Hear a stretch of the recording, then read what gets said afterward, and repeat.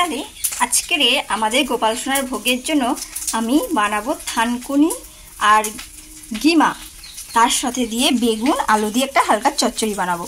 তো আমরা সবাই জানি থানকুনিকেও চিনি আর গিমা শাককেও চিনি, সেই দিয়ে একটা কি সুন্দর রান্না করা যায়, ভগবানের জন্য একটা পদ হিসাবে ভোগের রান্না করা যায়, সেটা আপনাদের সঙ্গে শেয়ার করছি, আশা করি ভালো লাগবে।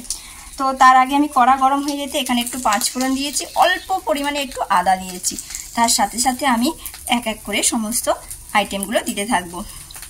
তো এই গরম হয়ে যাওয়া আদা এবং পাঁচফোড়নের মধ্যে আমি দেব শাক, এই যে এখানে রাখা আছে বেগুন আর আলুকে আমান্য করা আছে, সেগুলো দিয়ে দেবো একটা করে। খুব নাড়বো না, অল্প একটু নেড়ে নেব। আর আলু আর বেগুনকে যেহেতু সরু সরু, একদম সরু সরু করে আমান্য করা হয়েছে, সেই জন্য অসুবিধা হবে না, সিদ্ধ হতে খুব অসুবিধা হবে না। তো হালকা করে একটু নেড়ে নেব। এখানে দু রকমের বেগুন আছে, একটা এই লাল বেগুন, কালো বেগুন, আর তার সাথে সাদা বেগুন, দুটোকে একসঙ্গে দেওয়া হয়েছে, একটা একটা করে দিয়েছি। তো হালকা ভাজা ভাজা হয়ে আসবে, তখন আমি শাকগুলো দেব। তো তার সাথে সাথে এর মধ্যে কি দেব, এর মধ্যে দেব পরিমাণ মতো হলুদ,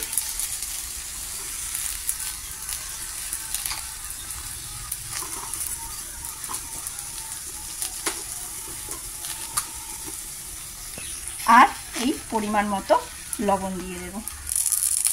অল্প পরিমাণেই দিলাম, যেহেতু আমার সবজিটা কম রয়েছে, তো পরিমাণ মতো দিয়ে দিলাম। দিয়ে এটাকে হালকা করে নেড়ে নেব।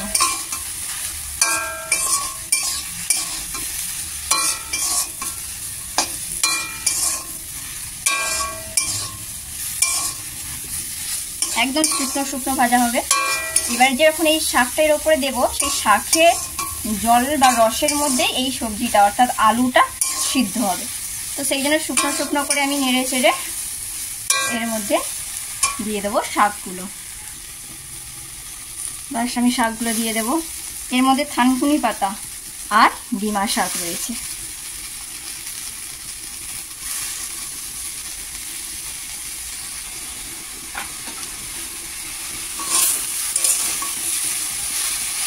এবার আমি এটাকে ভালো করে নেড়ে চেড়ে নিয়ে ঢাকা দিয়ে দেব।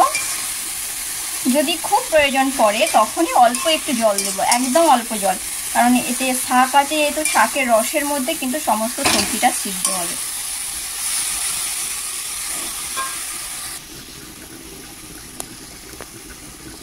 ব্যাস এইভাবে শাকের রসেতে বা শাকের জলেতে সবজিটা পুরোপুরি এরকম সুন্দর হয়ে যাবে।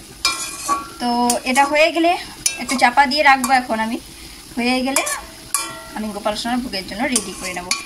তো এই রান্নাটা আপনারা আপনাদের বাড়িতে করে দেখবেন, কেমন লাগলো অবশ্যই জানাবেন। আর এই যে দেখতে পাচ্ছেন জল, আমি কিন্তু কোনো জল দিইনি, এই জল এটা শাকের জল, এই জল বা শাকের রসের মধ্যে কিন্তু আমার আলুগুলো সিদ্ধ হয়ে যাবে। আমি এখন চাপা দিয়ে রাখবো। তো আজকে এই পর্যন্ত। কেমন লাগলো আপনাদের এই আমাদের গিমা শাক এবং থানকুনি পাতা দিয়ে বেগুন আলুর চচ্চড়ি? খেতে খুব সুন্দর লাগবে আর খুব সাধারণভাবে আমরা ঘরোয়া পদ্ধতিতে, এর মধ্যে বেশি তেল মশলা নেই, শুধু আদা পাঁচফোড়ন, এখানে লঙ্কা দেওয়া যায়। আমি এখানে লঙ্কাটা এই জন্য দিলাম না, যেহেতু হালকা তিতো তিতো থাকবে, তো সেই জন্য শুধু তিতোই একটা ফ্লেভার থাকবে বলেই আমি এটা তিতো তিতো করলাম। তো আসছি পরের ভিডিওতে। আমরা সকলে ভালো থাকুন, সুস্থ থাকুন। আর আমাদের গোপাল সোনার এই ভোগের রেসিপিগুলো দেখতে আপনাদের কেমন লাগছে অবশ্যই কমেন্ট করে জানাবেন। রাধে রাধে।